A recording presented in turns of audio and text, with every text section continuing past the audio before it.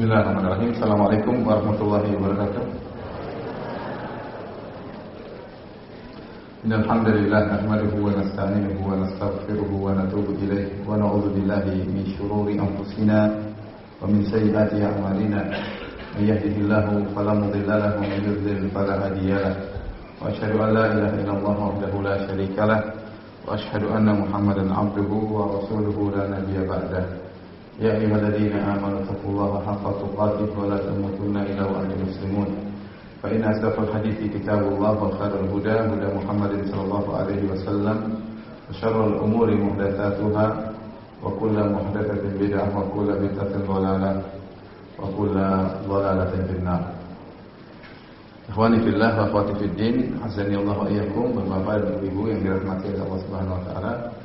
Puji dan syukur senantiasa kita panjatkan kepada Allah kita yang berikan kita kesempatan untuk bisa berkumpul, untuk bisa mengagungkannya, untuk bisa beribadah. Mohon ampunan kepadanya. Salawat dan salam tercurahkan selalu kepada junjungan kita Nabi Muhammad SAW, juga kepada keluarganya serta seluruh sahabat beliau tanpa terkecuali. Tidak diragukan bahwasanya perkara yang sangat diperhatikan oleh syariat adalah bagaimana membentuk seorang insan menjadi seorang yang berakhlak yang mulia. Karena kalau kita perhatikan hadis-hadis dan nusus baik ayat Al-Qur'an maupun hadis-hadis Nabi, tampak jelas bahwasanya sebab utama seorang menjadi tinggi di sisi Allah Subhanahu wa taala, sebab utama seorang untuk mudah masuk surga adalah setelah tauhid adalah akhlak yang mulia. Setelah tauhid, sebab paling utama memasukkan seorang dalam surga adalah akhlak yang mulia. Dan sebaliknya, sebab utama yang menghancurkan seorang, merendahkannya dan menghinakannya dalam neraka jahanam setelah kesyirikan adalah akhlak yang buruk. Setelah syirik adalah akhlak yang buruk. Terlalu banyak dalil yang menunjukkan akan keutamaan orang yang berakhlak mulia. Dan akhlak yang mulia itu adalah keterkaitan dengan sesama. Bagaimana seorang bermuamalah dengan muamalah yang baik dengan sesama manusia. Contoh hadis Nabi SAW, aqrabukum minni majlisan yaumal qiyamati ahasinukum akhlaqa. Orang yang paling dekat denganku pada hari kiamat adalah yang paling baik akhlaknya. Yang paling baik akhlaknya. Kalau ingin paling dekat dengan Nabi, berarti paling tinggi surganya, maka jadilah orang yang paling akhlak mulia. Rasulullah SAW juga mengatakan, akmalul mu'minina imanan ahasinukum akhlaqa. Orang beriman yang paling sempurna imannya adalah yang paling baik akhlaknya. Di sini Nabi SAW mengkaitkan antara iman dengan akhlak. Dan Rasulullah SAW menjelaskan, orang yang paling sempurna imannya yang paling baik akhlaknya. Kenapa? Karena akhlak adalah buah daripada keimanan. Kemudian banyak hadis-hadis yang menjelaskan tentang keterbaikan seorang, bagaimana seorang bisa menjadi manusia yang terbaik. Ternyata banyak lafal-lafal hadis yang menjelaskan tentang menjadi muslim yang terbaik adalah dengan yang berakhlak mulia. Contohnya, Rasulullah SAW bersabda, khairukum anfa'ukum linnas. Sebaik-baik kalian di sisi Allah maksudnya adalah yang terbaik bagi orang lain. Ini berkaitan dengan akhlak, muamalah. Anda ingin menjadi terbaik di sisi Allah, maka jadilah yang terbaik bagi sesama. Contohnya Rasulullah SAW mengatakan, wa ahabul a'mal ila Allah sururun tudkhiluhu ala qalbi muslim. Bahwasanya amalan yang paling dicintai oleh Allah Subhanahu wa taala yaitu rasa bahagia yang kau masukkan dalam hati seorang muslim yang lain. Au tatruda anhu ju'an, atau kau menghilangkan rasa lapar darinya. Au taqdi anhu dainan, atau kau melunaskan hutang-hutangnya. Au takshifa anhu kurbatan, atau kau hilangkan penderitaannya. Ini amalan terbaik. Contohnya Rasulullah SAW bersabda, khairukum li ahlihi wa ana khairukum li ahli. Sebaik-baik kalian di sisi Allah adalah yang terbaik bagi istrinya, dan aku adalah suami yang terbaik bagi istriku. Ini juga keterbaikan seorang muslim berkaitan dengan akhlak, bagaimana seorang suami berakhlak mulia dengan istrinya. Contohnya Rasulullah SAW mengatakan, khairul ashabi indallahi khairuhum li sahibihi. Sebaik-baik sahabat di sisi Allah adalah yang terbaik bagi sahabatnya. Wa khairul jirani indallahi khairuhum li jarihi. Dan sebaik-baik tetangga di sisi Allah adalah yang terbaik bagi tetangganya. Ini lagi keterbaikan juga berkaitan dengan apa? dengan akhlak, bagaimana bermuamalah dengan orang lain. Contohnya lagi Rasulullah SAW bersabda, khairukum ahsanuhum qada'an. Atau kama qala Nabi sallallahu alaihi wasallam. Rasulullah SAW yang terbaik di antara kalian adalah yang paling terbaik membayar hutang. Ya, karena bayar hutang ternyata enggak gampang. Ya. Banyak orang rajin sholat berjamaah, tapi hutang susah dibayar. Demikian Rasulullah SAW menjelaskan, sebaik-baik kalian adalah yang terbaik dalam membayar hutang. Ini berkaitan dengan muamalah. Ya. Rasulullah SAW juga bersabda, al-muslimu man salima al-muslimuna bil lisanihi wa yadihi. Muslim yang sesungguhnya, yaitu muslim yang terbaik, yang sejati siapa? Yang kaum muslimin selamat dari keburukan lisannya dan keburukan perbuatannya. Sekali lagi ini berkaitan dengan apa? Dengan muamalah. Jadi kalau kita perhatikan lafaz-lafaz hadis yang berkaitan keterbaikan seorang, ternyata banyak yang berkaitan dengan masalah muamalah dengan orang lain. Maka jelas Rasulullah SAW mengatakan, ya aqrabukum minni majlisan yaumil qiyamati ahasinukum akhlaqan. Orang yang terbaik, yang paling dekat denganku pada hari kiamat adalah yang paling terbaik akhlaknya. Makanya Rasulullah SAW mengatakan, ma min syai'in athqalu fil mizan yaumil qiyamati min husnil khuluq. Tidak ada amalan yang paling berat timbangannya pada hari kiamat seperti akhlak yang mulia. Jadi kalau ditimbang pada hari kiamat, amal akhlak mulia ini sangat memberatkan timbangan kebajikan. Maka seorang harus cerdas. Kemampuan dia untuk beramal saleh tidak banyak, umur dia tidak panjang. Maka dia cari amalan-amalan yang berat di sisi Allah Subhanahu wa taala. Di antaranya akhlak yang mulia. Bahkan Nabi mengatakan, "Ma min syai'in athqalu fil mizan inda Allahi yaumil qiyamati min husnul khuluq." Tidak ada amalan yang lebih berat daripada husnul khuluq, akhlak yang mulia pada hari kiamat. Rasulullah SAW juga bersabda, "Inna rajula la yudriku bi husni khuluqihi darajat as-sha'imil qa'im." Sungguhnya seorang dengan akhlaknya yang mulia, maka dia akan bisa mencapai derajat orang yang rajin puasa sunnah dan sholat malam. Mungkin ada seorang tidak rajin sholat sunnah, tidak rajin sholat malam, tidak rajin puasa sunnah, namun dia berakhlak mulia. Dengan akhlaknya yang mulia ini, dia bisa mencapai derajat orang yang rajin puasa sunnah dan rajin sholat malam. Makanya Rasulullah SAW mengatakan, al-birru husnul khuluq. Kebajikan itu adalah akhlak yang mulia. Padahal kebajikan itu banyak. Tetapi Rasulullah SAW memfokuskannya pada husnul khuluq. Kata Nabi, al-birru husnul khuluq. Bahwasanya kebajikanlah berakhlak yang mulia. Hadirin dan hadirat yang dirahmati oleh Allah Subhanahu wa taala, sebaliknya ya, akhlak yang buruk ya sangat mudah masukkan orang dalam neraka jahanam. Kalau akhlak yang baik sangat mudah masukkan orang dalam surga dan luar biasa. Bahkan akhlak kepada hewan mudah masukkan orang dalam surga. Hadis yang masyhur tatkala seorang wanita pezina memberi minum kepada seekor anjing, maka Allah ampuni dosa-dosanya, Allah masukkan dia ke dalam surga. Kenapa? Dia berakhlak mulia kepada seekor hewan. Ada seorang lagi kata Rasulullah SAW, bainama rajulun yamshi fi tariq, ada seorang lagi berjalan di sebuah jalan, dia mendapati ghusnu syaukah, dia mendapati di tengah jalan ada duri.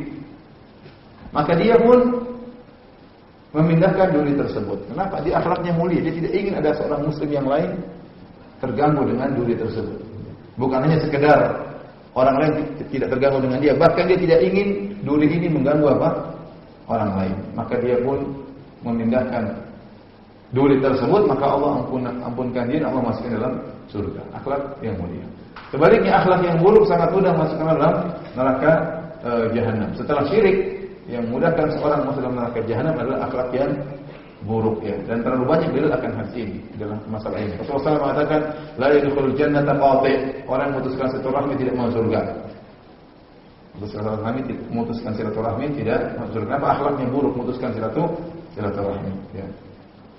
Kemudian misalnya juga Rasulullah SAW menjelaskan bahwasanya di antara azab kubur yang sering menimpa manusia disebabkan karena namimah, mengadu domba di antara ya kaum muslimin.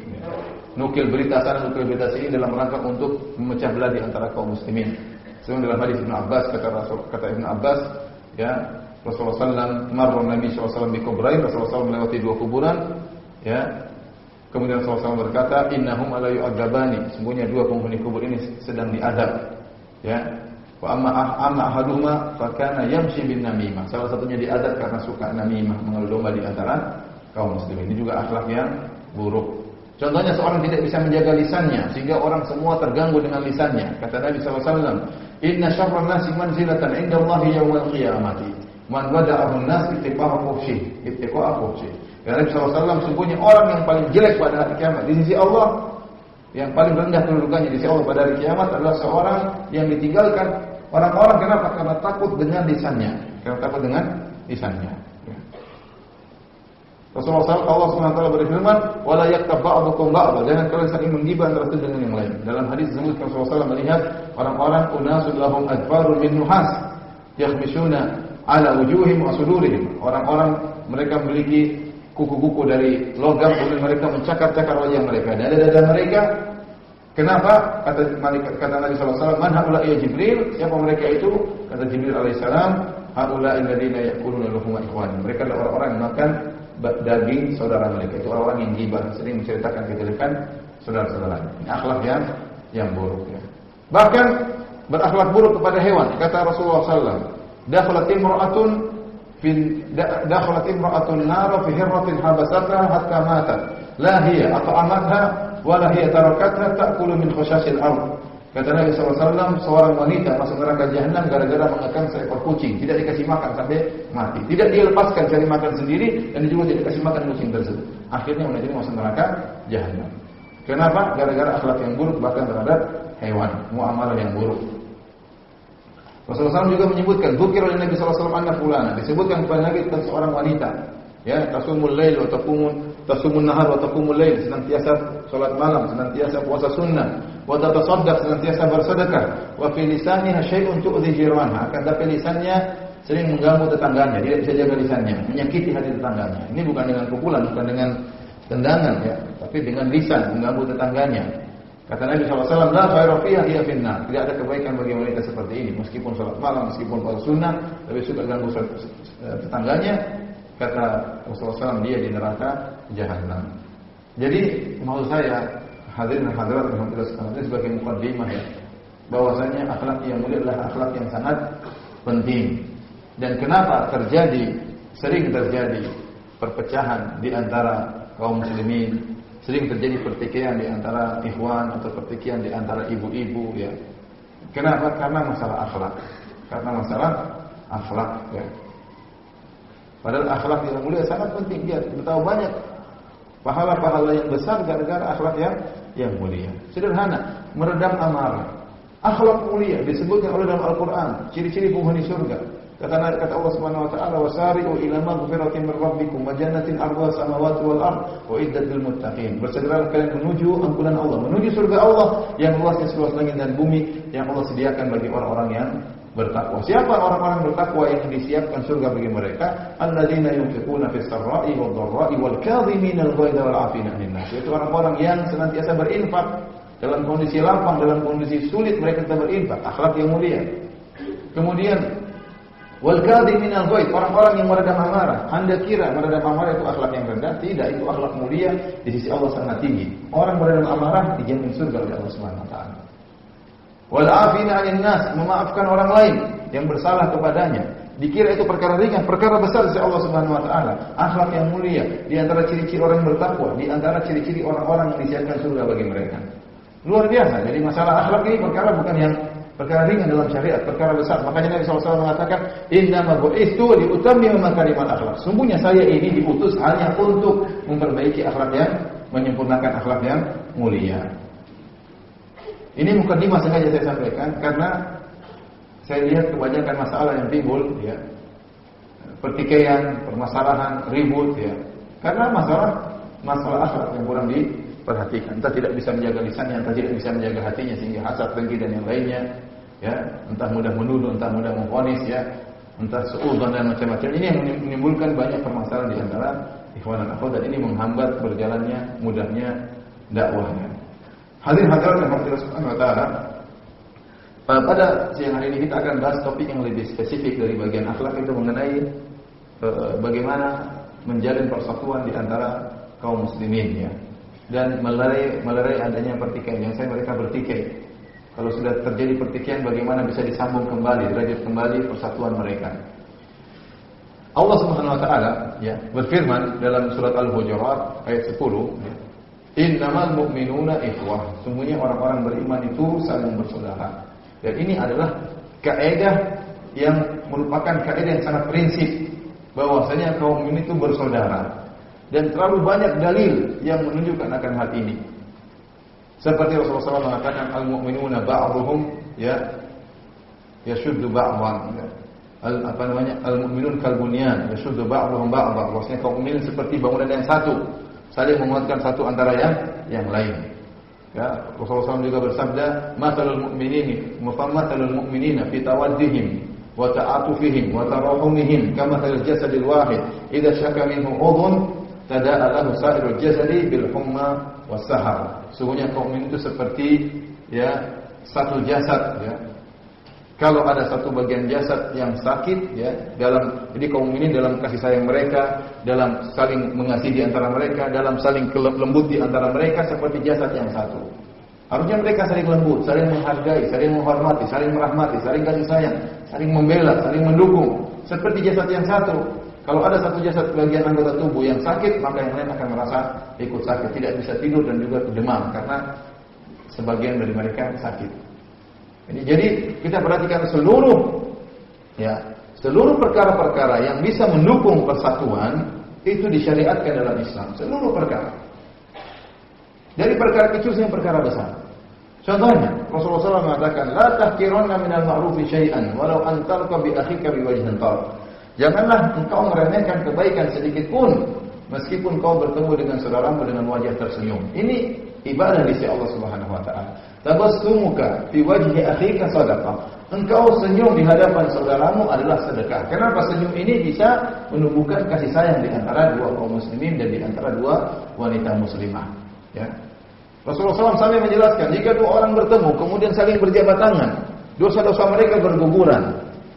Luar biasa, antum bertemu dengan orang. Kenapa ini sentuhan? Dua orang yang mungkin tadinya bertengkar, mungkin saling suudzon, saling dengki, begitu bertemu, kemudian bersentuhan, ini punya pengaruh dalam hati, ya. Maka mulai suudzon itu berjatuhan, dengki itu berjatuhan, hasad itu gugur dari hati mereka masing-masing. Kenapa? Mereka sudah bersentuhan dan mereka jabat tangan, bukan cuma salam, mereka juga bukan cuma senyum, mereka juga apa? Jabat tangan. Maka ini akan menguburkan dosa-dosa. Luar biasa seperti itu. Kenapa? Karena ini mendukung persatuan. Rasulullah SAW nyuruh untuk menebarkan salam. Ya, kata Rasulullah SAW, "Afshus salama bainakum." Tebarkan salam di antara kalian. Dalam hadis Rasulullah SAW, "La tadkhulul jannata hatta tu'minu." Kalian tidak akan masuk surga sampai kalian beriman. "Wala tu'minu hatta tahabbu." Dan kalian tidak akan beriman sampai kalian saling mencintai. Awala adullukum ala syai'in idza fa'altumuhu tahabbtum. Maka aku kabarkan kepada kalian dan satu perkara yang jika kalian amalkan kalian akan saling mencintai. Afshus salama bainakum. Tebarkan salam di antara kalian, ya. Tidak ada masalah kita bilang kirim salam buat si fulan. Apalagi mulai ada gesekan, kirim salam buat si fulan. Kalau sampai kepada dia, oh si fulan kirim salam sama saya. Ini ada pengaruhnya. Rasulullah SAW mengatakan tebarkan salam di antara kalian. Dan ini bahkan di awal Nabi waktu masuk ke kota Madinah. Kata Abdullah bin Salam radhiyallahu ta'ala anhu, Abdullah bin Salam, "Awwalu kalamin sami'tu minan Nabi sallallahu alaihi wasallam ya ayyuhan nas afshus salam." Perkataan yang pertama saya dengar dari Nabi tatkala masuk di kota Madinah, Rasulullah SAW berkata, "Wahai manusia sekalian, afshus salam, tebarkanlah salam." Tebarkan salam, akhlak. Wa at'imut ta'am, berilah makan kepada orang-orang miskin, akhlak. Wasilul arham, sambunglah silaturahmi, akhlak juga. Wasallu billaili wan nasu niyam tadkhulul jannata bisalam. Salatlah kalian di malam hari tatkala orang-orang sedang tidur pulas, niscaya kalian akan masuk surga dengan penuh keselamatan. Ini semua perkara yang mendukung persatuan disyariatkan dalam Islam. Rasulullah SAW juga bersabda, tahabu. Hendaknya kalian saling memberi apa? Hadiah. Maka kalian akan saling mencintai. Beri hadiah sama teman, ya, dapat pahala. Ngeraktir teman, dapat apa? Pahala. Tapi ingat, saling traktir, bukan mau ditraktir terus. Kata Rasulullah SAW, tahadu, saling memberi apa? Hadiah. Saling mentraktir. Kenapa? Ini bisa menumbuhkan kasih sayang di antara dua sahabat atau kaum muslimin. Maksud saya, segala perkara yang bisa mendukung persatuan maka disyariatkan dalam Islam. Semuanya disyariatkan. Kenapa? Karena persatuan itu indah dalam Islam. Persatuan itu merupakan fondasi utama akan kejayaan Islam. Kalau sudah tidak ada persatuan, bahaya. Ya, bahaya. Oleh karenanya sebaliknya segala perkara yang bisa memutuskan persatuan semuanya diharamkan. Segala perkara yang bisa memutuskan persatuan diharamkan, dari perkara kecil sampai perkara besar. Contoh perkara kecil yang sangat sederhana namun diatur dalam Islam. Kata Nabi sallallahu alaihi wasallam, "Idza kuntum salata fala yatanajal ithnan duna thalith." Jika kalian ada 3 orang, maka jangan ngobrol 2 orang saja. Yang satu ditinggalkan. Kenapa? Ini bisa menyedihkan yang ketiga. Ini antum cari di mana, coba di agama mana diajarkan seperti ini? Cuma Islam aja ngajarin seperti ini. Kalau kalian bertiga, jangan ngobrol 2 orang aja, yang satu dicuekin. Kenapa? Kalau antum 2 orang ngobrol dan satu dicuekin, iblis akan datang mendikte dia dengan berbagai macam suudzon. Akan dikatakan mereka berdua ngobrol ninggalin kamu karena mereka berdua sedang ngomongin kamu. Ini dikte yang pertama dari iblis. Dikte yang kedua dari iblis, kata iblis, itu mereka berdua ngomong kau tidak diajak. Kenapa? Karena kau tidak dianggap oleh mereka berdua. Terus ini orang apa? Sedih. Sampai sekarang mengatakan termasuk di dalamnya kalau ada 3 orang, 2 orang Bugis, 1 orang Jawa, kemudian 2 orang Bugis ngomong berbahasa Bugis. Yang ini ngomong aku, ngomong saya, ngomong siapa? Itu juga tidak boleh. Menyedihkan. Antum dalam, saya tanya lagi, dalam agama mana diajarin seperti ini? Ini saja kita ngomong tidak bermaksud ngejek dia, hanya sekedar ngomong bikin dia sedih, tidak boleh. Karena bisa memecah persatuan. Apalagi bilang kamu brengsek, kamu kurang ajar ditambah. Apalagi kalau langsung, ini saja tidak langsung aja dan tidak bermaksud menyedihkan dia, dilarang. Apalagi kalau langsung menyedihkan dia. Makanya kalau Nabi SAW mengatakan, wa habbul a'mali ila Allah sururun tudkhiluhu fi qalbil muslim. Amalan yang paling kau cintai, ya, yang amalan yang paling dicintai oleh Allah adalah rasa bahagia, rasa senang yang kau masukkan dalam hati seorang. Maka bahaya sebaliknya, Allah tidak suka kalau kau mencabut kebahagiaan seorang. Kau memasukkan rasa dongkol, rasa jengkel dalam hati seseorang. Jaga lisan. Semua perkara yang bisa memutuskan persatuan dilarang dalam syariat. Rasulullah SAW mengatakan, la tahasadu. Jangan kalian saling apa? Hasad. Hasad enggak boleh. Karena bertentangan dengan konsekuensi persaudaraan. Namanya saudara, kalau kita punya saudara, ya kita ingin, kalau kita baik, kita ingin juga dia baik. Islam mengajarkan seperti itu. Mengajarkan seperti itu. Bukan kita malah hasad sama dia. Kemudian wala tahasadu, jangan saling hasad. Terkadang hasad timbul dari satu sisi, terkadang dua-duanya saling hasad-hasadan.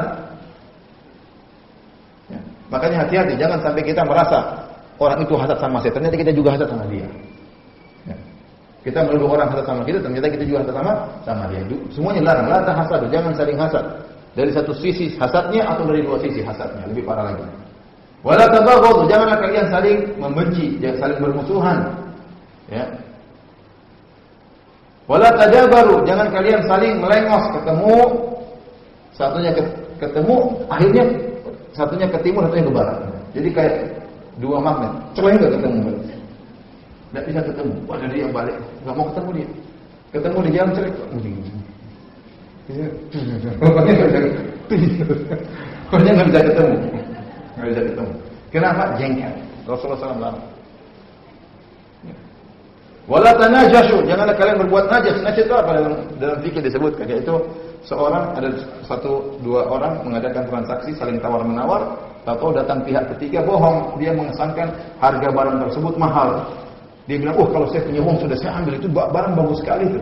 Padahal bohong aja, supaya orang terpancing untuk apa? Beli, terprovokasi untuk apa? Beli. Ya. Atau dia mengatakan, barang ini bagus sekali ini.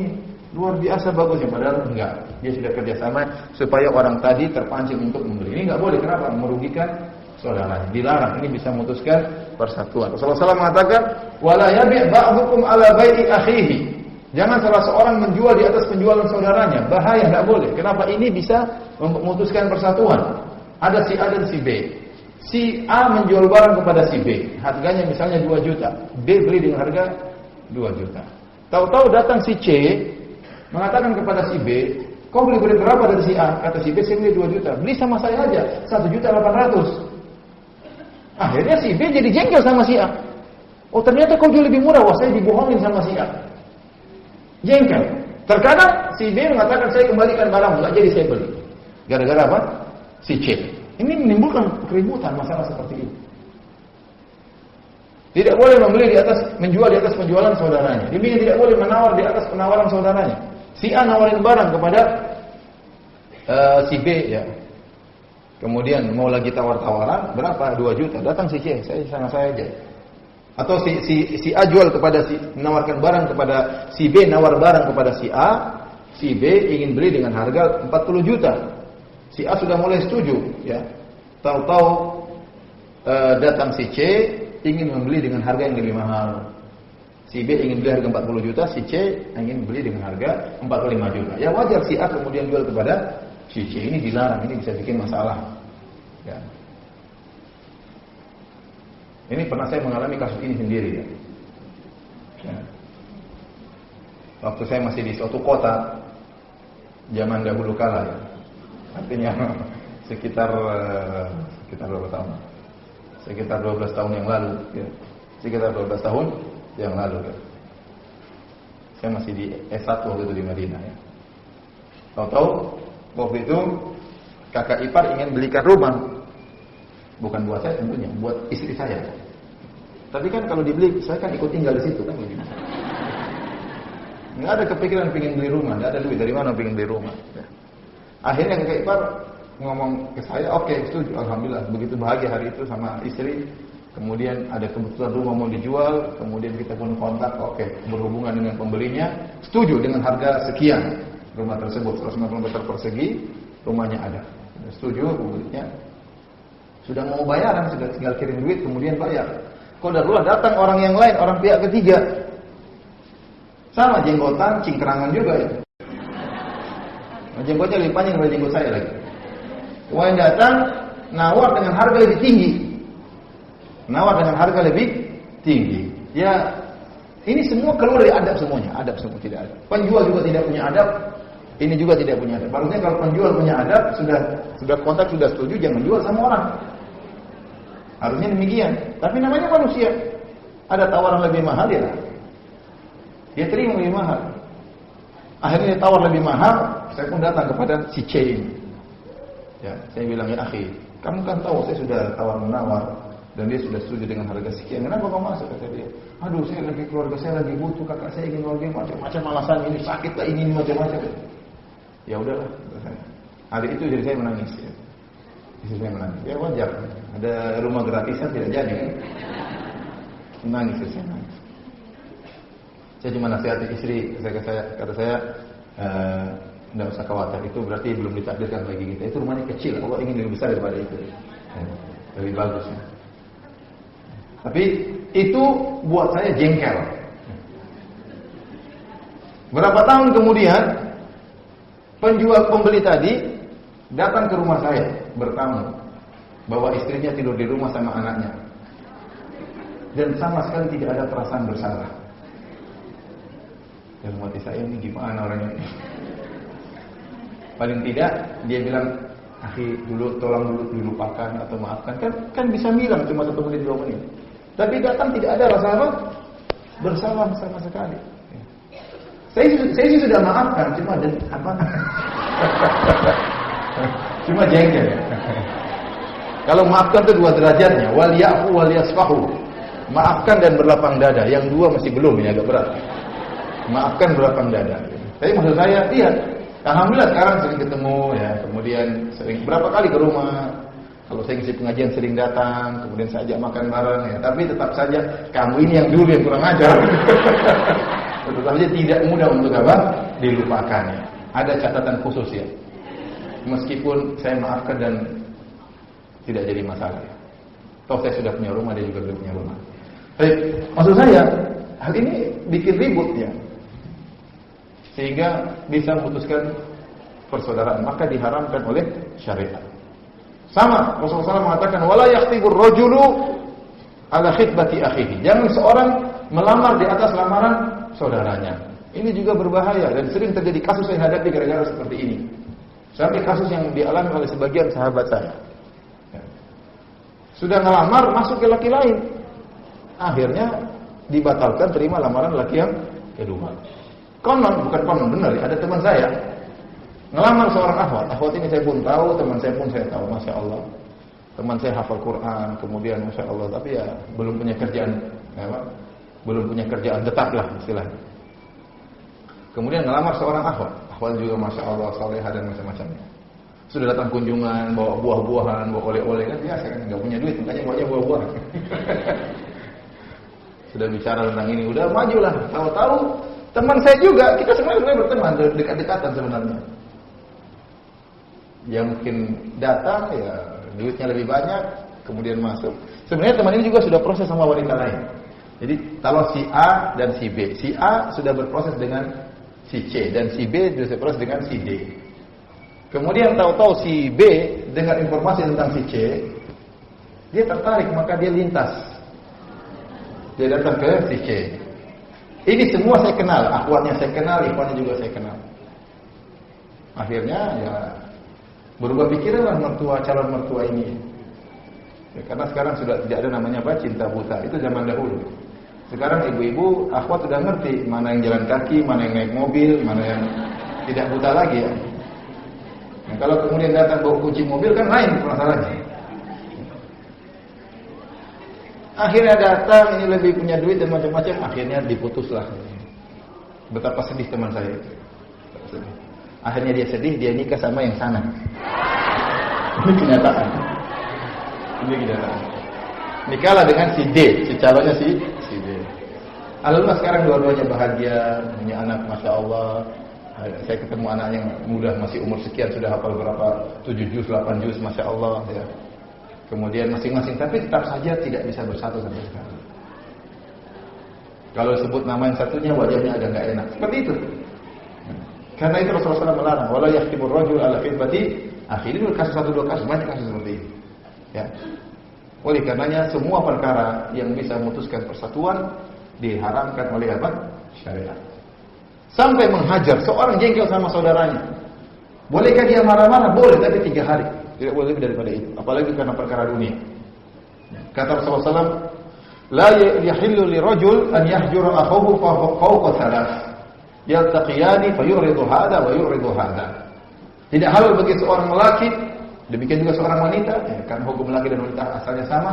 Tidak halal bagi seorang untuk menghajar saudaranya, menghajar itu boikot, tidak diajak ngomong, ketemu melengos, ketemu berpaling, ya 3 hari tidak mau diajak ngomong, jengkel. Syariat tahu bahwasanya tidak manusia memiliki sifat jengkel, tidak mudah untuk memaafkan. Maka diizinkan untuk jengkel sampai 3 hari. Boleh. Kita tidak seperti Nabi mudah memaafkan. Salah langsung mudah memaafkan. Tidak. Tapi kita punya rasa jengkel dan syariat mengerti akan hal tersebut. Maka boleh jengkel 3 hari, nanti ngamuk-ngamuk, marah-marah tapi 3 hari. Lebih dari itu tidak halal, hukumnya haram. Ya taqiyani, dua-duanya bertemu fayaridu hadza. Satu melong sini, yaridu hadza, nyaman. Berpaling. Kemudian kata Nabi SAW, wa khairuhuma alladhi yabda'u bis salam. Yang terbaik di antara keduanya adalah yang pertama kali memulai salam, yang mengalahkan egoisnya. Kalau sudah punya masalah kan masing-masing punya ego. Masing-masing punya apa? Ego. Inginnya dia yang menang, inginnya dia yang itunya yang salah. Tapi Rasulullah SAW mengajarkan lain. Rasulullah SAW mengatakan yang terbaik di antara keduanya adalah yang memulai salam, yang mengalahkan egoisnya. Oleh karenanya seluruh perkara ya, yang menghalangi terjadinya persatuan, merusak persatuan, maka dilarang. Tidak boleh juga merendahkan orang lain. Kata Rasulullah SAW, at-taqwa hahuna. Kata Allah, kata Nabi SAW, wa kunu ibadallahi ikhwana. Jadilah kalian hamba-hamba Allah yang saling bersaudara. At-taqwa hahuna, at-taqwa hahuna, at-taqwa hahuna. Wa yushir ila sadri sallallahu alaihi wasallam. Rasulullah menunjukkan pada dadanya. Takwa itu di sini, takwa di sini, takwa di sini. Kemudian kata Rasulullah SAW, bihasib ri'im minasyarri an yahkira akhahul muslim. Cukuplah seorang dikatakan buruk jika dia merendahkan saudaranya sama muslim. Tidak boleh merendahkan. Kenapa? Kalau Anda merendahkan orang lain berarti ada kesombongan dalam diri Anda. Ini merusak persatuan. Sering terjadi pertikaian gara-gara kesombongan, keangkuhan, egoisme dan yang lainnya. Di antara hal yang menakjubkan, yang saya lihat bagaimana semangatnya syariat untuk menjaga persatuan. Di antara hal yang menakjubkan, syariat membolehkan bohong demi untuk mendamaikan dua orang yang bertikai. Boleh bohong. Makanya kita lanjutkan tadi dalam Al-Quran Allah mengatakan dalam surat Al-Hujurat, dan itu insya Allah akan saya bahas di akhir pengajian ini. Ya, Allah mengatakan dalam surat Al-Hujurat ayat 10. Coba buka yang punya Al-Quran. Al-Hujurat ayat 10 ya.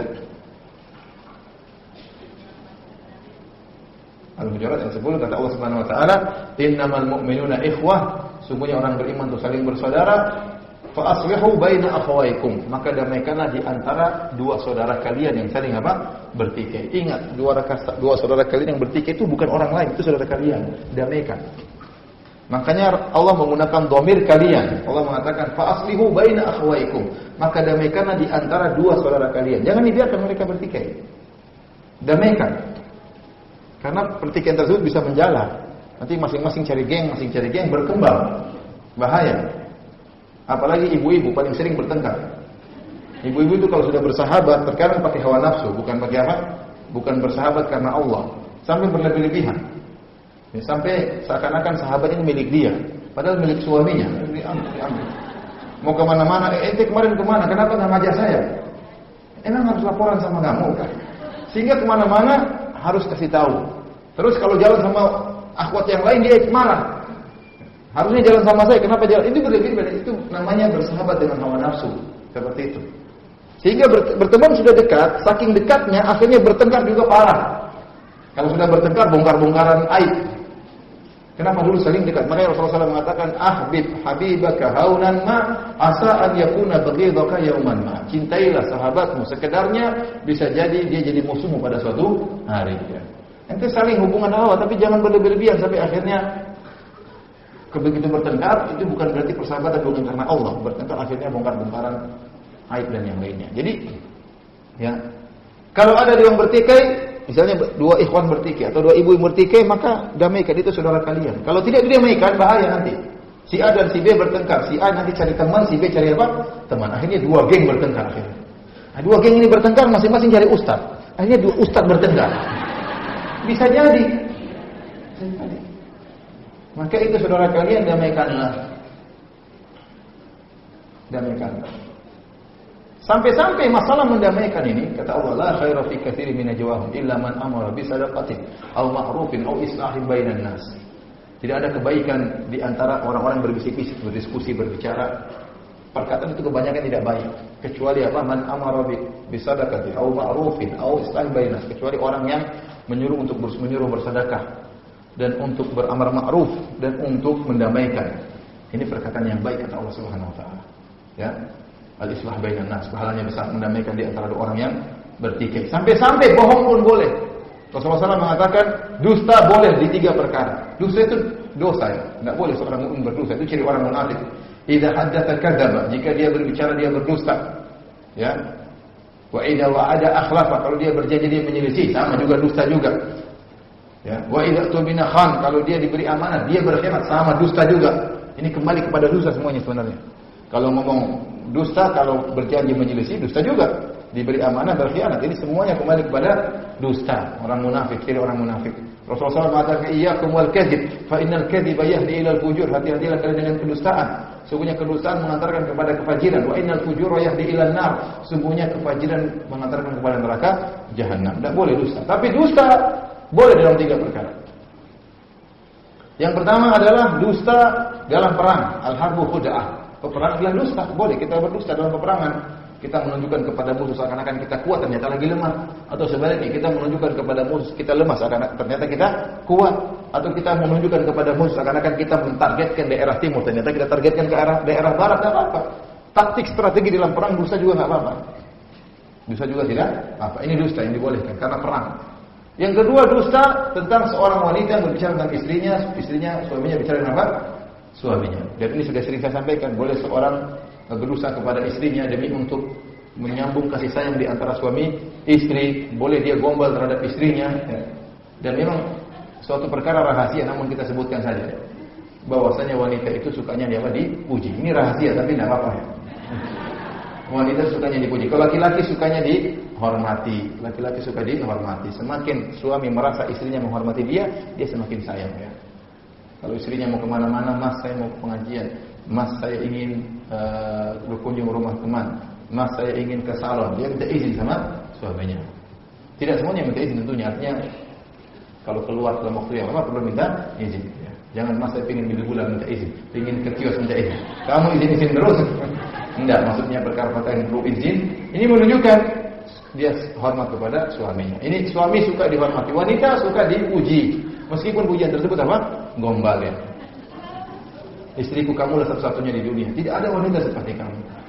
Karena memang kamu tidak punya kembaran. Begitu. Jadi memang seperti itu para wanita. Ini boleh bohong untuk menumbuhkan kasih antara suami dan istri. Di antara bohong yang ketiga yang dibolehkan adalah bohong untuk mendamaikan dua orang bertikai. Ini bohong, boleh. Bohong yang soreh, boleh. Pendapat Ibnu Hajar rahimahullah ta'ala. Benar-benar bohong, tidak apa-apa. Jadi kita datang, misalnya dua orang si A dan si B bertikai. Kita datang kepada si A, si B menyesal dia telah bertikai dengan kamu. Dia merindukan masa-masa yang dulu. Tidak apa-apa. Boleh kita datang si B, si A sebenarnya ingin mengundang kamu ke rumah. Dia ingin kapan seperti dahulu lagi, bisa bersahabat lagi. Padahal tidak, padahal si A dan si B saling caci maki. Tapi kita bohong untuk mendamaikan, ini tidak jadi masalah. Sampai saya pernah dengar seorang syekh ceramah, dan dia bercerita ada dua orang bertikai, dua teman akhirnya bertikai. Maka dia pun datang di Saudi, dia pun datang kepada salah satunya si A. Dia mengatakan si A, sebenarnya si B ingin mengundang kamu makan. Dia ingin kau datang ke rumah. Sudah lama tidak mengundang makan. Si A heran, sejak kapan si B baik sama saya? Kemudian si A mengatakan, ya syekh, kamu jangan bohong syekh. Jadi si A tahu syekh ini kayaknya bohong untuk mendamaikan. Karena orang Saudi kan ngerti agama. Dia tahu bohong untuk mendamaikan apa? Boleh. Maka dia bilang, syekh jangan bohong ya. Kata syekh, saya tidak bohong, padahal bohong. Dia ingin mengundang kamu. Kata dia, syekh, bersumpahlah sama dengan nama Allah. Billah, bersumpah dengan nama Allah kalau kau tidak bohong. Syekh tersebut bingung, gimana? Akhirnya terpaksa dia bersumpah, dia bilang, demi Allah saya tidak bohong. Memang dia ingin mengundang kamu. Kagetlah si A. Ternyata dia sayang sama saya selama ini. Akhirnya datanglah ke undangan dia. Syekh harus hadir, jangan-jangan kebongkar itu. Akhirnya datang ikut sama bareng-bareng, damai kemudian baik. Tapi dia gelisah, ini gelisah. Kemudian dia telepon Syekh bin Baz rahimahullah. Dia tanya, Syekh begini ceritanya. Saya berdosa, tapi dia nyuruh saya bersumpah sama Allah. Akhirnya saya bersumpah, apakah saya berdosa?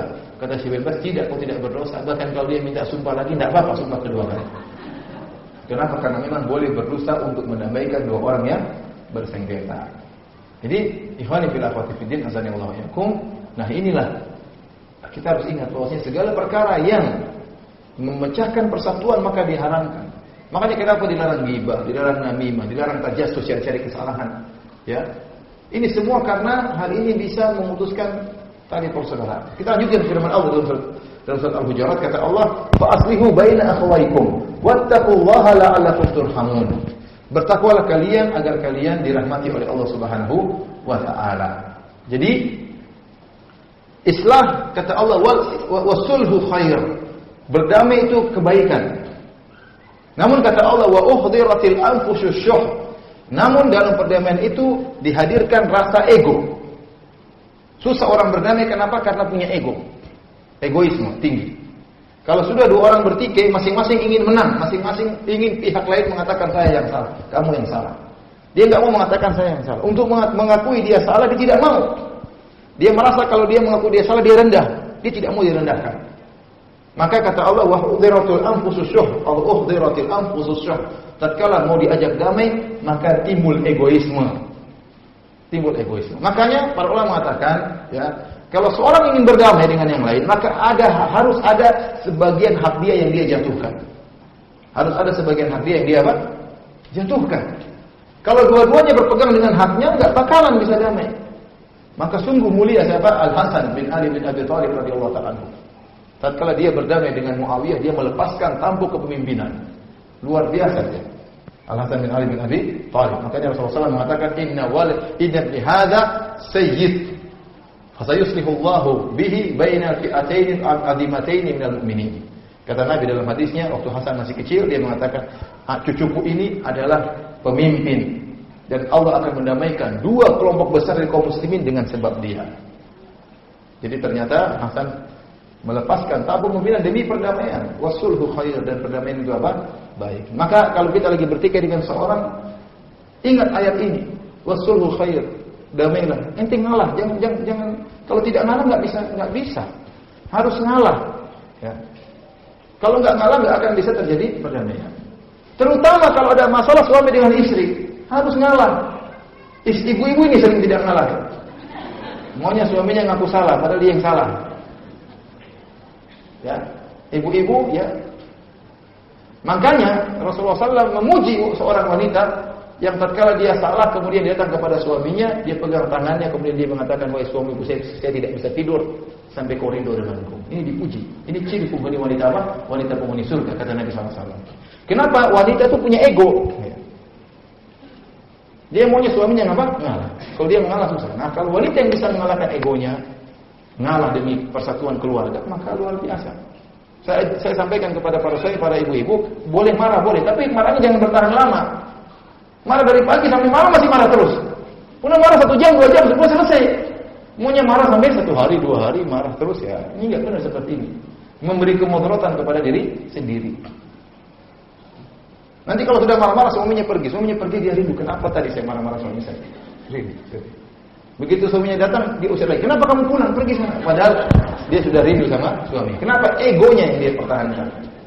Padahal dia sayang, padahal dia cinta sama suaminya. Makanya perdamaian itu butuh apa? Butuh ngalah.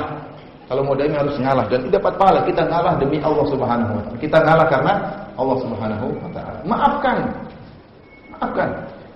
Saya sering sampaikan ini, akhi, enggak enak kalau hidup ini isinya dendam, dengki, hasad, marah sama orang, punya masalah sama orang lain.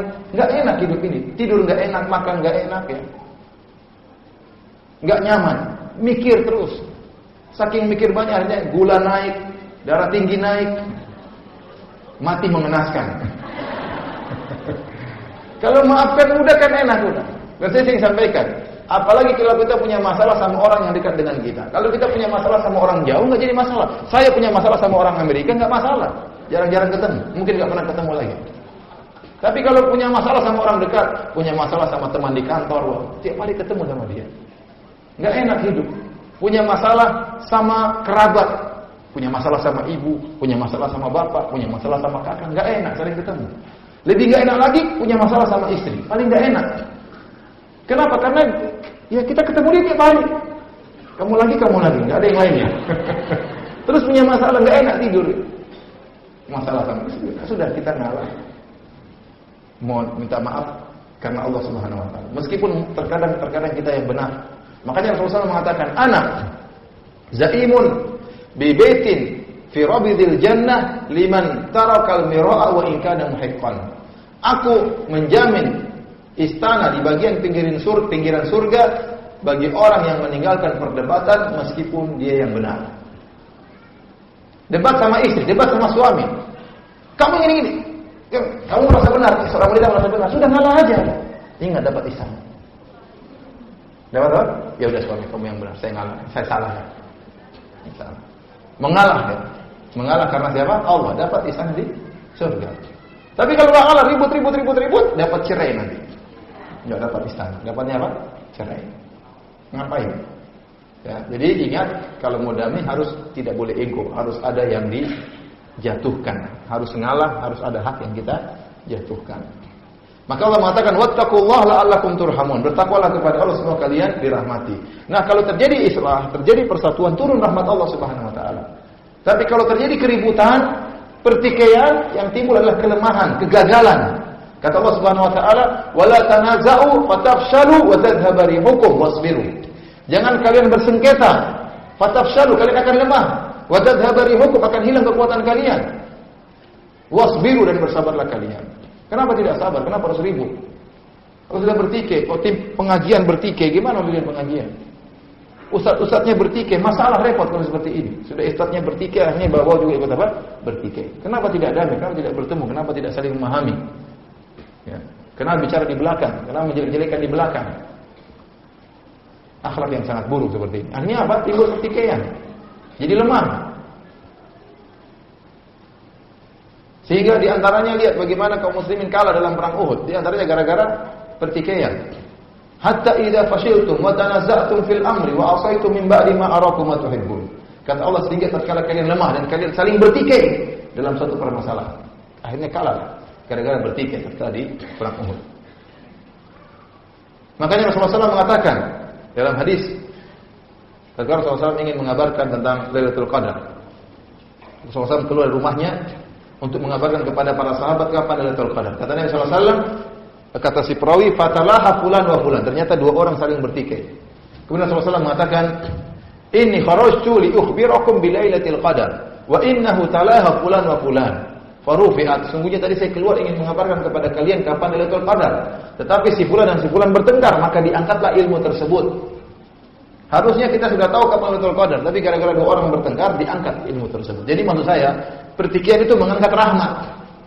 Kasih sayang terangkat. Makanya hati-hati suami istri, jangan suka bertikai. Para ustaz juga tidak boleh bertikai, para panitia juga tidak boleh saling bertikai. Kalau niat karena Allah, ngapain harus bertikai? Kalau ada kesalahpahaman diperbaiki. Tidak usah ego-egoan, tidak usah egoisme. Kalau suami istri bertikai, seandainya mereka tidak bertikai, saling memahami, saling lembut, akan turun banyak rahmat. Rezeki turun, rahmat turun, kasih Allah turun. Tapi kalau bertikai yang turun, utang turun, banyak utang kalau sebenarnya. Kenapa? Bertikai terus. Makanya kata Allah, wattaqullaha la'allakum turhamun. Bertakwalah kepada Allah, semoga kalian beruntung. Kemudian kata Allah Subhanahu wa taala, ya, terus gimana? Ya ayyuhalladzina amanu la yaskhar qaumun min qaumin asa ay yakunu khairan minhum wala nisa'un min nisa'in asa ay yakunna khairan minhun. Kata Allah, wahai orang yang beriman, janganlah satu kaum mengejek kaum yang lain. Bisa jadi yang diejek lebih baik daripada yang mengejek. Kenapa ikhwan? Kenapa kita ngejek orang? Ingat kata Allah, inna akramakum indallahi atqakum. Dalam ayat terus selanjutnya nanti Allah mengatakan, ya ayuhan nasu, inna khalaqnakum min dzakarin wa untha wa ja'alnakum syu'uba wa qabaila lita'arafu inna akramakum indallahi atqakum. Kata Allah, wahai manusia sekalian, sungguhnya aku ciptakan kalian dari lelaki dan wanita. Ya, wa ja'alnakum syu'uba, kami jadikan kalian berbangsa-bangsa dan berkabilah-kabilah. Lita'arafu, agar kalian saling mengenal. Para ulama berdalil dengan ayat ini tentang disunahkan kita mengenal nasab. Kita mengenal siapa nasab kita, bagaimana nasab kita agar saling mengenal, saling menyambung silaturahmi. Kemudian kata Allah, inna akramakum indallahi atqakum. Sungguhnya yang paling mulia adalah yang paling bertakwa di antara kalian. Bukan nasabnya yang paling tinggi, bukan keturunan darah biru, enggak. Meskipun Anda keturunan darah biru, meskipun Anda nasabnya tinggi, tapi kalau takwanya kurang, maka tidak mulia di sisi Allah. Barometer Allah dalam menilai seorang adalah ketakwaan. Yang paling bertakwa yang paling mulia. Nah, sekarang kita kenapa merendahkan orang lain? Taruhlah orang ini salah dalam satu hal, mungkin kita lebih mulia daripada dia dalam satu hal. Contohnya, si A sering rajin ke masjid salat berjamaah. Si B salat berjamaahnya bolong-bolong. Maka jangan si A mencela si B. Si B itu malas-malasan, tidak pernah salat berjamaah. Enggak usah ngejek. Saya salat subuh enggak pernah lihat dia. Woi, keren kamu salat subuh terus ya? Iya, saya salat subuh terus. Dia enggak pernah kelihatan. Jadi memuji diri dengan menjatuhkan orang lain. Taruhlah si fulan itu kalah dengan engkau dari sisi salat berjamaah. Tapi belum tentu dari sisi lain kau lebih baik, belum tentu. Karena kalau kita ingin nilai seseorang, kita nilai zahirnya dan batinnya. Sekarang engkau nilai baru satu poin, masalah salat berjamaah, mungkin dia kalah. Tapi banyak perkara-perkara zahir yang lain yang kau tidak tahu. Mungkin dia lebih baik sama tetangganya, mungkin dia ramah sama tetangganya, mungkin dia berbakti kepada orang tuanya, kau tidak tahu. Ya. Mungkin dia rajin bersedekah, kamu pelit. Banyak.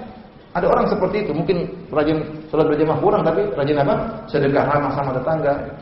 Itu baru zahirnya, belum kau tidak tahu bagaimana amalan hatinya.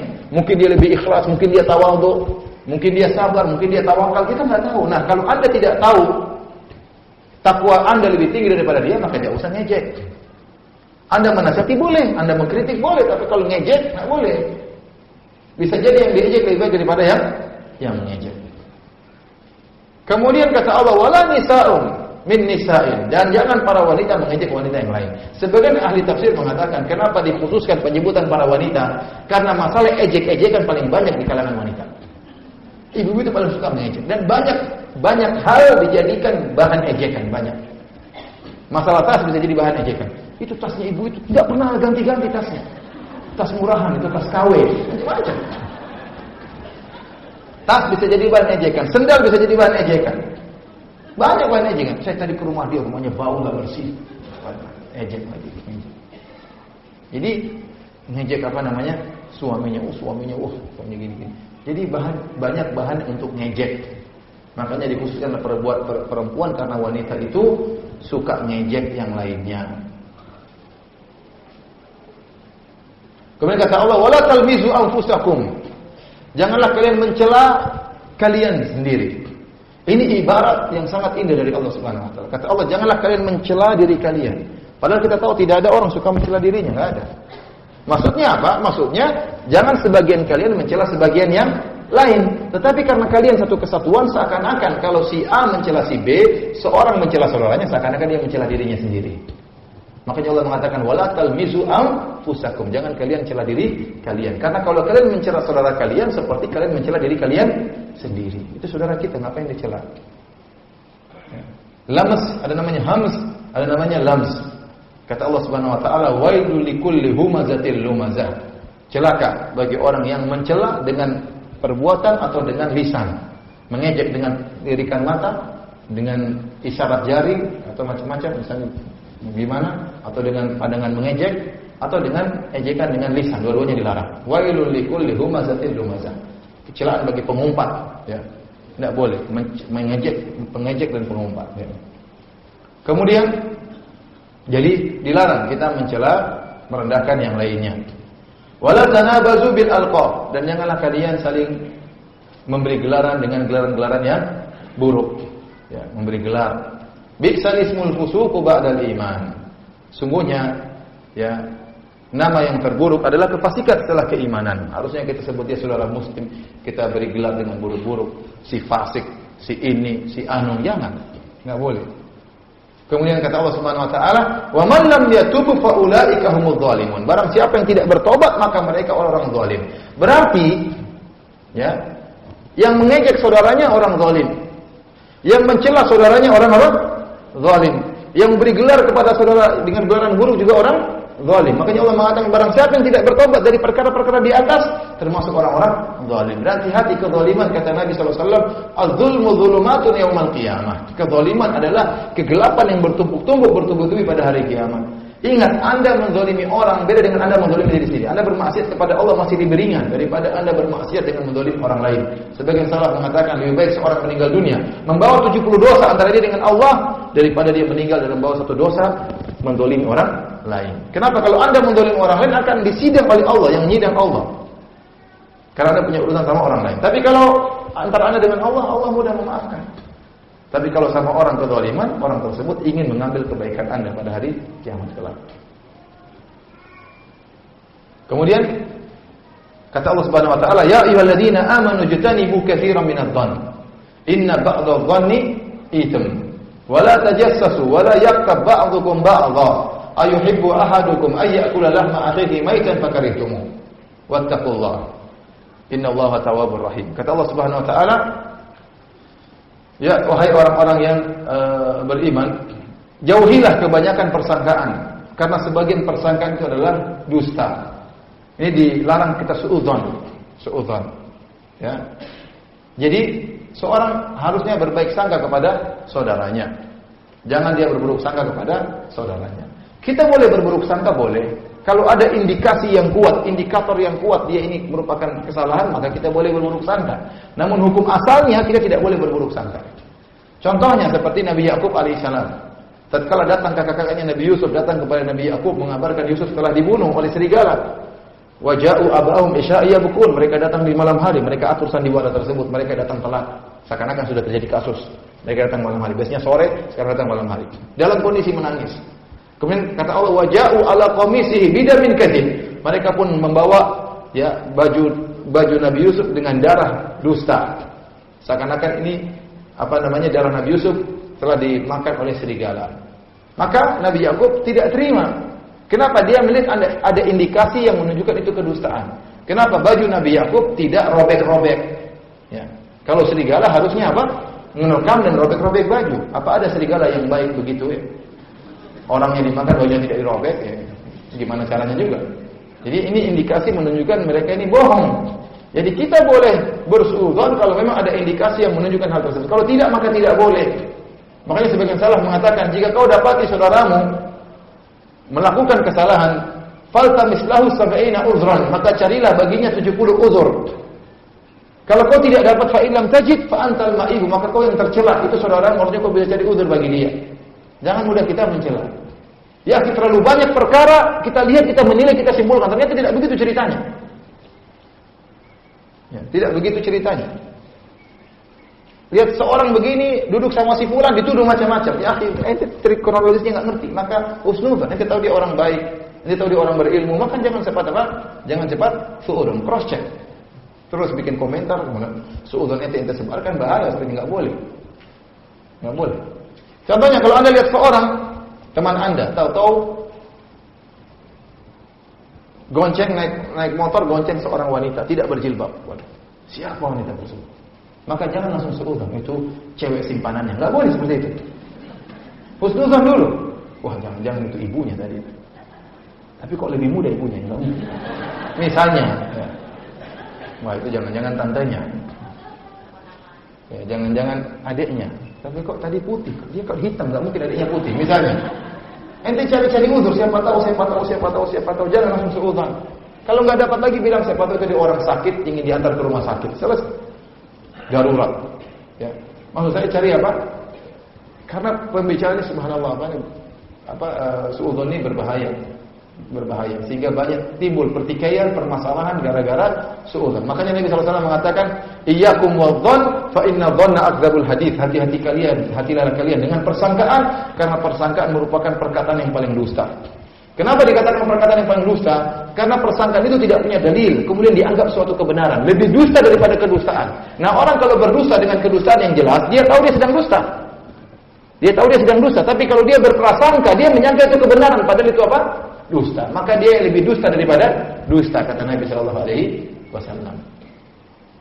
Kemudian kata Allah Subhanahu wa taala, "Wala tajassasu." Setelah ini Allah sebutkan secara bertahap. Jangan suudzon, jangan tajassus, cari-cari kesalahan, jangan ghibah. Karena ini seorang setelah berprasangka mulai dari tajassus, cari-cari kesalahan. Setelah bertajassus maka dia menggibah, mengambil apa kesimpulan. Maka semua tahapan ini dilarang oleh Allah. Tidak boleh suudzon, kemudian tidak boleh juga cari-cari kesalahan, dan juga jangan berghibah. Karena setelah seorang bersuudzon, mulai dari tajassus, cari-cari tahu. Ini enggak boleh. Di mana dia? Cek ini enggak boleh. Ya, enggak boleh.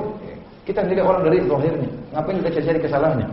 Diperiksa semuanya, misalnya Facebooknya diperiksa, ininya diperiksa, macam-macam, ngapain? Ya, ngapain sebenarnya enggak boleh. Tajassus namanya, tajassus. Enggak boleh.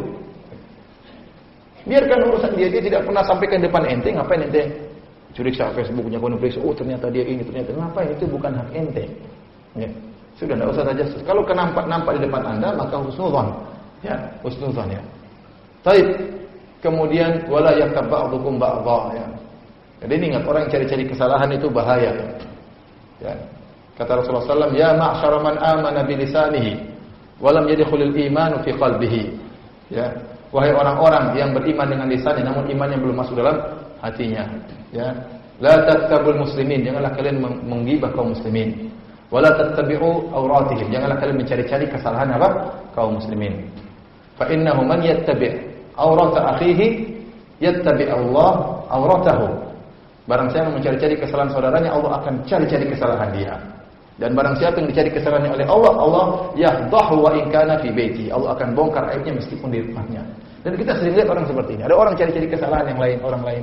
Dia hebat ketika itu. Dia jelekkan orang, jadi suatu saat dia akan dibongkar oleh Allah Subhanahu wa taala. Bukankah sebaliknya kata Nabi, man satara musliman satarahu Allahu yaumal qiyamah. Barang siapa yang menutup aib seorang muslim, Allah akan tutup aib pada hari kiamat. Ente belajar tahan rahasia. Tahan rahasia, jangan suka cerita ya. Apalagi ada orang datang sama ente, kemudian dia melihat ente orang baik, ingin minta nasihat, dia bongkar seluruh rahasianya. Maka jangan cerita sama orang. Nggak boleh. Tutup aibnya, bukan malah menggibahnya. Maka Allah mengatakan, "La yaktab ba'dukum ba'dha," maka jangan sebagian kalian menggibah yang lain. Ayuhibbu ahadukum ayyakula lahma akhihi maitan fakaritumu. Apakah sebagian kalian ingin makan bangkai daging saudaranya, tentu kalian akan benci. Dan ini dalil bahwasanya ghibah merupakan dosa besar. Demikianlah para hadirin dan hadirat yang Allah Subhanahu wa taala yang dia sampaikan pada kesempatan siang hari ini ya. Jadi semoga Allah Subhanahu wa taala menjadikan kita berakhlak yang mulia, mudah memaafkan ya, tidak suka mencari-cari kesalahan orang lain, sibuk dengan privasi kita masing-masing, urus suami, urus istri, urus anak-anak, jangan suka ngurusin orang lain. Dan ini membuat kita lebih mudah untuk bisa bersatu ya dalam dakwah, bisa saling bekerja sama dalam dakwah, dan akibatnya adalah kebaikan di dunia dan juga akhirat kita yang lebih baik. Allah taala bisawab. Apa ada tanya jawab? Enggak usah. Ya. Ada tanya jawab? Kan? Silakan.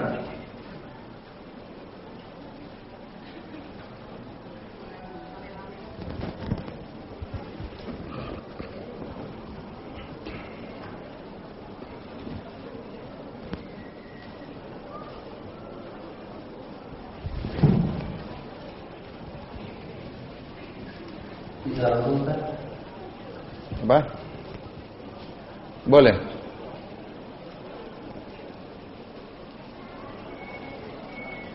Ada pertanyaan, Ustaz, mau tanya lebih utama mana kedudukannya? Menuntut ilmu dengan menuntut akhlak. Ini dua-duanya jangan dipisah-pisahkan ya. Makanya orang yang menuntut ilmu harus belajar namanya adab talibul ilm, adab menuntut ilmu, akhlak bagaimana orang menuntut apa? Ilmu. Dua-duanya tidak bisa dipisahkan. Harus ada waktu khusus menuntut ilmu, masalah fikih, masalah akidah. Ada waktu kita juga belajar tentang apa? Akhlak. Baca tentang akhlaknya para salafus saleh. Ya, jadi hal ini bisa diimbangi. Adapun seorang kalau hanya menuntut ilmu, dia tidak mempelajari adab, nanti outputnya bahaya, bisa sombong, bisa angkuh, mudah merendahkan orang lain, seperti itu akibatnya. Ya. Tapi kalau dia imbangi antara menuntut ilmu dengan akhlak, insya Allah dia menjadi seorang yang berilmu dan berakhlak, mulia, tidak mudah merendahkan orang lain, tidak mudah menjatuhkan orang lain, dan mudah memaafkan orang lain. Allah alam bisawab. Ada lagi yang bertanya? Assalamualaikum. Waalaikumsalam warahmatullahi wabarakatuh. Mohon penjelasan, kan ada pernyataan seperti ini.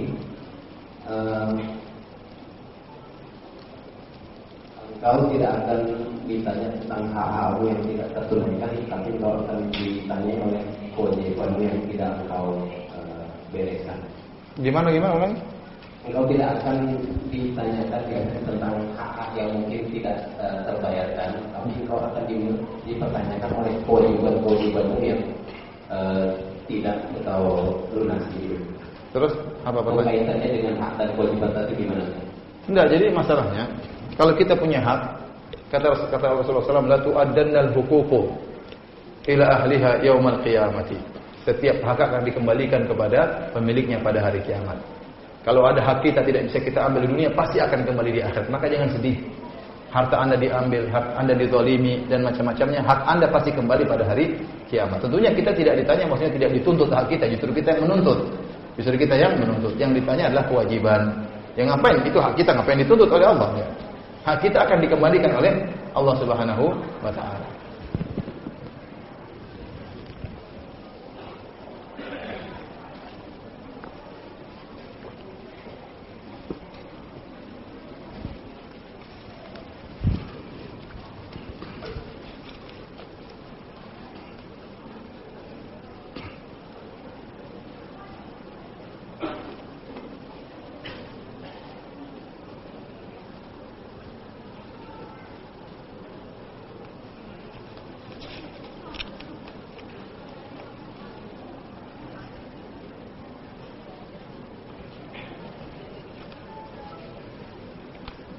Katanya wanita itu banyak masuk neraka.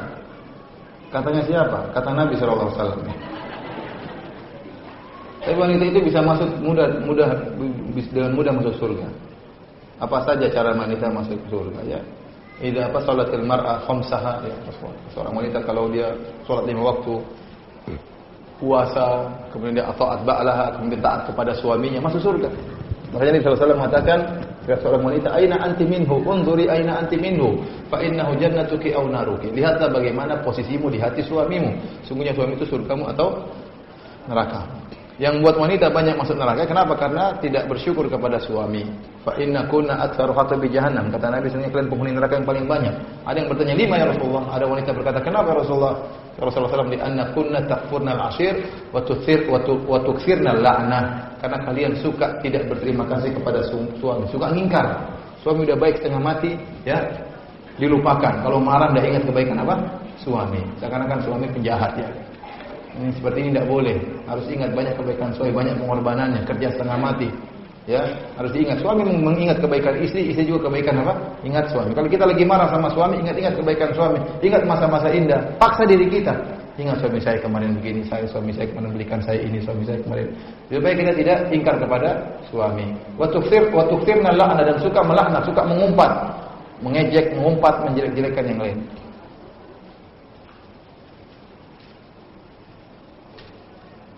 Ana mau tanya dan dengar langsung dari Ustaz mengenai Ustaz ditolak memberikan daurah di Samarinda. Itu mengenai apa saja? Di situ disebutin karena saya mengatakan kedua orang tua Nabi apa di neraka. Dan itu yang berkata demikian Rasulullah sallallahu alaihi wasallam dalam Sahih Muslim ya. Rasulullah SAW mengatakan inna abi wa abaka finnar, sungguhnya ayahku dan ayahmu di neraka. Rasulullah SAW juga minta izin untuk mohon ampun bagi ibunya, tidak diizinkan. Maka Rasulullah SAW pun menangis. Ya, kita tidak kita hanya menyampaikan perkataan Nabi. Tentunya kalau ada Nabi datang pun saya tidak akan berkata ya Rasulullah orang tuamu di neraka. Itu tidak beradab. Rasulullah SAW sedih. Ya, tetapi Rasulullah SAW kalau kita bertanya hukum bagaimana sebetulnya, Rasulullah SAW pernah menyampaikan. Ya, dan ini pendapat para ulama Syafi'iyah, ulama kibar Syafi'iyah. Imam Nawawi berpendapat demikian. Imam Al-Baihaqi yang lebih dahulu lagi berpendapat demikian. Al-Imam Ibnu Katsir ahli tafsir juga menyatakan. Al-Imam Az-Zahabi ahli hadisnya Imam mazhab Syafi'iyah. Semuanya mengatakan, bahkan ulama mutaqaddimin, ulama-ulama terdahulu rata-rata menyatakan orang tua Nabi ini apa di neraka. Datang ulama belakangan seperti Suyuti abad ke-9, ya dia kemudian mentakwil hadis, kemudian dia mensahihkan hadis yang maudhu, hadis yang fadhil dan macam-macamnya. Berangkat dari perasaan karena ingin menghormati Nabi dan macam-macamnya, akhirnya dia mensahihkan hadis yang lemah dan dia mengatakan bahwasanya Nabi SAW orang tuanya di surga. Ya. Maka ya kita mengatakan ada khilaf di kalangan para ulama, tapi pendapat yang kuat adalah pendapat jumhur ulama, mayoritas ulama. Ya, mutaqaddimin ulama Syafi'iyah kebanyakan mengatakan ulama Syafi'iyah, Nawawi, kemudian tadi Ibnu Katsir, Az-Zahabi, Al-Baihaqi, banyak yang lainnya ya. Sehingga demikianlah pendapat yang benar ya. Dan tentunya pembahasannya masih panjang. Cuma ya tidak jadi masalah kalau mereka menolak saya ya enggak apa-apa. Kebanyakan mereka enggak ngerti ya. Kebanyakan mereka enggak ngerti. Terus mau diapain? Sudah ditakdirkan dari dahulu. 50.000 tahun sebelum diciptakan langit dan bumi sudah ditakdirkan saya akan ditolak di Samarinda. Terus mau ngapain? Ya udah. Udah mudah-mudahan mereka diampuni, mereka tidak ngerti, mudah-mudahan mereka suatu saat diberi hidayah ya sebagainya. Saya pernah dengar Ustadz kalau riak boleh untuk tujuan dunia, namun kalau ujub tidak boleh dengan sebab dunia. Misal ujub karena harta dan ujub karena nasab. Bagaimana penjelasan? Ya kalau ujub itu merasa bangga ya, sehingga berlebihan. Tapi kalau kita menjelaskan, saya jelaskan ini penemuan saya dengan izin Allah Subhanahu wa taala, saya mudah ya. Tidak merasa, jadi beda gini, kalau kita mau mempresentasikan penemuan kita misalnya atau kerja kita, jangan sampai ujub, jangan mengatakan karena saya hebat makanya saya bisa begini, enggak. Tetap dalam hati ini semua karena siapa? Karena Allah. Tapi kita pamerkan memang. Kita pamerkan. Memang ingin diperlihatkan, kalau enggak diperlihatkan gimana mau menang tender ya. Kita harus jelaskan tender kita gini supaya kita presentasi, tunjukkan bahwasanya dengan biaya minimal bisa menghasilkan yang maksimal. Tapi kita harus tahu bahwasanya itu semua berdasarkan tersebut karena siapa? Karena Allah. Tapi kalau kita merasa karena kita hebat, itulah ujub. Itulah ujub. Jadi memamerkan perkara dunia enggak jadi masalah, tapi tidak boleh ujub.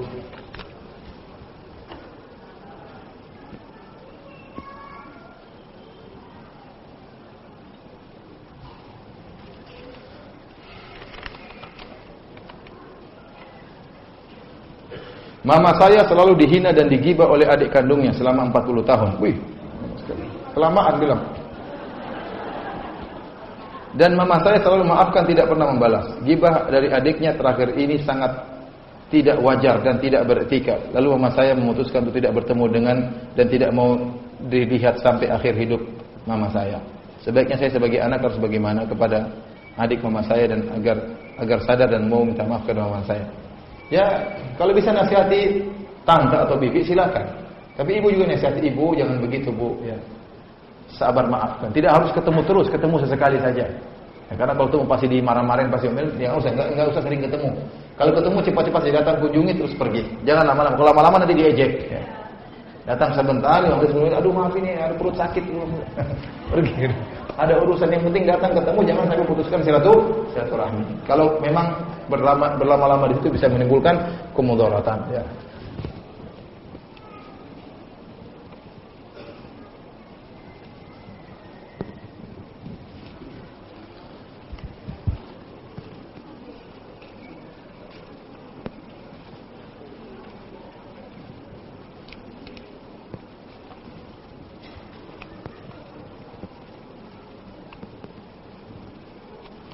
Ustaz, bagaimana seorang lebih mendahulukan hablum minallah ketimbang hablum minnas? Bagaimana cara yang benar, lurus dan benar? Dua-duanya diperhatikan. Kita beribadah kepada Allah dan di antara bentuk kita beribadah kepada Allah, Allah menyuruh kita untuk berbuat baik kepada sama manusia. Ya.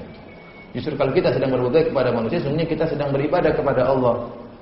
Ya, Allah yang suruh maka kita kerjakan.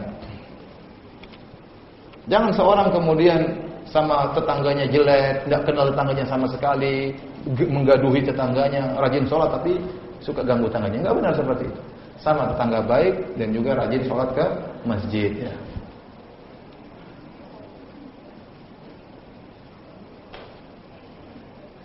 Salah satu kebohongan yang dibolehkan adalah untuk menjaga kasih sayang, menghindari perceraian. Bagaimana bila seorang suami pernah berzina, dia sudah bertobat dari zina tersebut, namun takut tidak mau bercerita kepada istrinya karena khawatir istri marah malah terjadi perceraian. Ngapain cerita sama istri? Bahlul seperti ini, nggak usah cerita. Ente kalau zina nggak usah cerita sama orang pun, nggak usah cerita sama ustaz pun, tidak usah cerita. Mau cerita sama istri ngapain? Sudah diam-diam aja. Justru kita disuruh tutup aurat, tutup aib kita, nggak boleh cerita-cerita. Oh, istri lagi baik-baik, sayang-sayang, saya pernah pacaran 7 kali. Ngapain cerita pacaran 7 kali? Ngapain? Sudah, nggak usah cerita. Yang penting baik sama istri. Ngapain nunggu-nunggu keburukan? Nggak boleh nunggu-nunggu apa? Keburukan, nggak boleh, haram, nggak boleh. Apalagi keburukan yang berkaitan dengan ayat seperti ini. Tapi kalau kita sebutkan misalnya, dahulu saya Nasrani, dahulu saya kafir, dahulu saya pernah terjerumus dalam secara global saya pernah terjerat. Tapi kalau zina itu aib, jelek sekali. Jadi kalau saya dulu pernah main musik, saya tunggu Allah. Seperti Salman Al-Farisi yang menceritakan bagaimana dia dahulu perjalanan dari syirik kemudian menuju Islam. Seperti Ja'far bin Abi Thalib waktu di hadapan Najasyi dia mengatakan, "Kunna na'kulul jitha." Kami dahulu makan bangkai, kami dulu bertikai memutuskan silaturahmi, kami dulu begini sampai datang Rasulullah SAW mengajarkan kebaikan kepada kami. Ya. Jadi, namun kalau seperti ayat seperti itu, ya. Saya dulu pernah merampok, saya dulu pernah mencuri. Enggak boleh diceritain. Enggak boleh diceritain ya.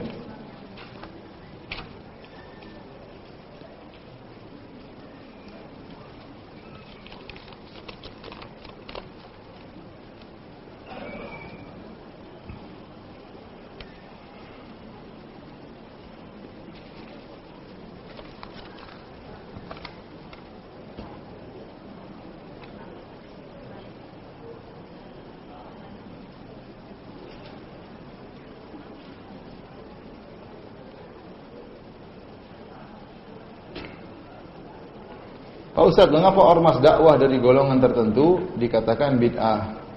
Jika memang bid'ah, apakah dalilnya? Karena itu dapat mencapai satu nomor. Ormas, pondok, organisasi, yayasan itu semua adalah sarana. Kalau ternyata seorang berwala dan al-bara, mencintai atau membenci dibangun di atas organisasi tersebut, maka ini yang bid'ah. Itu hanya sarana, jangan dijadikan tujuan. Allah mengatakan, "Qul hadhi sabili ad'u ila Allah." Katakanlah ini jalanku, aku menyuruh kepada Allah. Aku tidak menyuruh kepada golongan, tidak kepada yayasan, tidak kepada pondok tertentu, tidak kepada guru tertentu, tidak. Aku menyuruh kepada Allah Subhanahu wa taala. Nah, kalau ada seorang bikin yayasan atau bikin ormas, kalau bukan ormas kita menjadi musuh, ya. Kalau sama kita berarti kawan. Nah, ini enggak benar seperti. Berarti dia bangun cinta, loyalitasnya di atas golongan. Itu tidak boleh. Ini disebut dengan hizbiyah, ya. Ini bid'ah. Ingat, yayasan itu hanyalah sekedar sarana. Sarana. Dari ada yayasan lain, ternyata bisa kita bekerja sama. Tapi kalau bukan dari kami maka tidak mau, kalau kami maka teman, kalau bukan dari kami maka lawan. Ini nggak boleh seperti ini. Ya, ini tidak boleh.